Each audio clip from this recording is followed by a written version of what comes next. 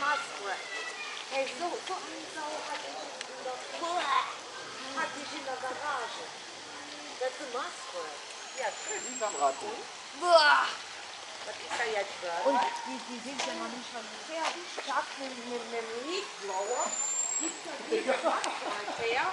Die Masquerade über die Straße. Ne? Ja, das glaube ich dir, aber ich jetzt nichts weiter dran.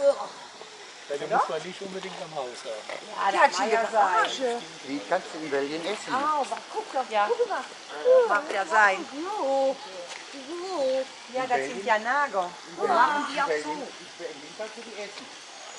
Eine Delikatesse. ist es denn jetzt gut?